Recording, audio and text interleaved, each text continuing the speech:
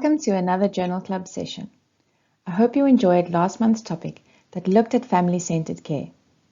If you missed it, don't worry. You can always access it through the YouTube channel. Are you watching this alone, or have you gathered a group of colleagues to watch it with you? If you are alone today, maybe consider watching with colleagues next time. You can access a guide how to organize colleagues watching together in the description section below. This month's article is titled Experience of Pediatric Nurses in Nursing Dying Children, a Qualitative Study. It was written by Bian et al. And published in the journal BMC Nursing in 2023. Let's first look at the graphic summary of the article. This graphic breaks down the different sections of the article and provides a visual summary. In this video, we will now unpack each section. If you have a copy of the article with you, you could track the sections of the article as I speak. We start with the introduction that you can find on the second page of the article. Caring for dying children can cause stress for pediatric nurses, which can impact work and personal life. These nurses face many challenges and pressures in caring for dying children. They feel helpless and depressed in the face of death of the children they care for, which is related to the attachment they feel towards them. Communication challenges with family. In one study, parents did not allow nurses to tell their children the truth about their condition. In another study, communication between the nurse and parents were cut off due to the parents' disinterest to talk to the nurse. Insufficient staff and heavy workloads also add to the nurse's stress. The impact of the care experience can result in job burnout, compassion fatigue, which is lack of enthusiasm for work that can lead to mistakes, sadness, and post-traumatic stress disorder. These consequences seriously affect the work and life of the nurses. The two main coping strategies adopted by the nurses are problem-centered coping and emotion-centered coping. Research has shown that most nurses tend to be emotion-centered, and this suggests that managers should pay attention to the emotional needs of nurses. A survey in America found emotional support to reduce nurses' risk of secondary traumatic stress. Research also suggests that nursing managers should focus on developing nurses' coping skills and provide communication skills, tools, and professional knowledge training. Articles about coping strategies for nurses in China exist, but none were related to caring for dying children. Therefore, the aim of the research was to explore Chinese nurses' main challenges in caring for dying children and to determine whether effective coping strategies can help them overcome these challenges. We now move on to the methods section of the article, where the authors explain how they gathered their data. You can find this on the third page of the article, right after the background. The study followed a qualitative descriptive design. Nurses were purposefully selected to participate, chosen due to their experience in caring for dying children. Data were collected through semi-structured interviews with nurses from the pediatric emergency, and neonatology departments. Participants were recruited by poster that clarified the purpose of the study, the research method, and the inclusion and withdrawal criteria of the participants. Nurses were invited to participate if they had been working in the hospital for more than 1 year, were able to express their views clearly in Mandarin, which is the local language, and if they had cared for a dying child in the past 5 years. 30 nurses responded to the poster, and a final sample of 10 nurses from different departments who met the inclusion criteria were selected. All included nurses were female, aged 25 to 49, with an average age of 35.5.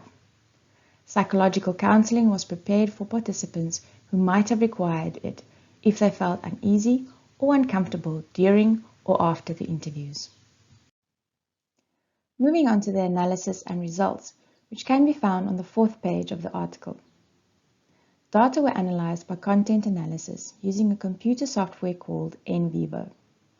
Qualitative content analysis is when researchers identify themes from reading the various interview transcripts and place participants' words into these themes. In doing so, the researchers can make sense of what all the participants are saying by comparing what is similar and what is different. The interviews were entered verbatim or word for word into the computer and uploaded to NVivo. Themes were created and exact words of participants that supported a theme were dragged into that theme. So what were the results? 3 main themes were identified from the analysis, namely stress sources, consequences, and coping strategies. Stress sources included negative emotions, 9 out of 10 nurses, which related to more treatments that were added to the child's care, resulted in heavier adverse emotional reactions for these nurses. Feelings of helplessness, 5 out of 10 nurses. Questioning their rescue behavior, 4 out of 10 nurses, in terms of whether they did the right thing or not. Questioning their skills. Fear of communication, 3 out of 10 nurses, where they feared for saying the wrong thing. And lack of workforce at night, 4 out of 10 nurses. Further detail of the stress sources can be found on the 3rd page of the article. Consequences of stress included compassion fatigue, which equated to 4 nurses, burnout, 5 nurses, and positive changes in life attitudes, 6 out of the 10 nurses, making them more passionate about life and caring for their families. Coping strategies included self-regulation, which were all of the nurses, which included meditation, watching television, listening to music, reading books, or interestingly, they felt they couldn't speak to their families about what happened as they didn't want to burden them and thinking they wouldn't understand even if they did. And lastly, leadership approval, which equated to support and encouragement with no accountability, which was 8 out of 10 nurses feeling responsible when the child died. Which brings us to the conclusion. This study identified positive and negative experiences of nurses caring for dying children. For example, appreciating their own lives more versus compassion fatigue and burnout. 10 sub-themes were identified in the study, 2 of which were unique to the Chinese population. Nurses questioning their rescue behavior, especially when a child died unexpectedly, and the negative emotions related to providing more, sometimes unnecessary or ineffective treatment for the dying child. Job burnout and compassion fatigue were consistent with research in other countries. Self-regulation and emotional team support was more common as coping strategies, which was in contrast to foreign studies. Nurses in this study were more likely to request leadership support than friends and colleagues. Implications for future research. The authors found that Chinese nurses do not talk much about their feelings related to dying children that they cared for when compared to similar research conducted in other parts of the world. This is particularly true of younger nurses. They recommend grading studies based on nurses' working years, for example, less than 3 years experience, 3 to 10 years, and more than 10 years experience. Implications for practice and policy.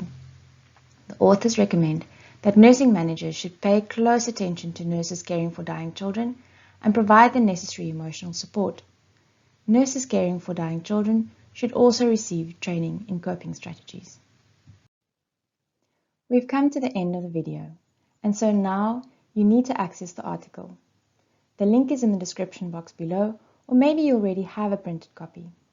We really encourage you to read the article in full, recognizing the parts that we have just summarized for you. After you've done that, consider the reflective questions here on this slide. If you are watching with colleagues, discuss your answers between you. Following that, take a moment to think about what you learned and how you could apply it to improve nursing practice in your setting.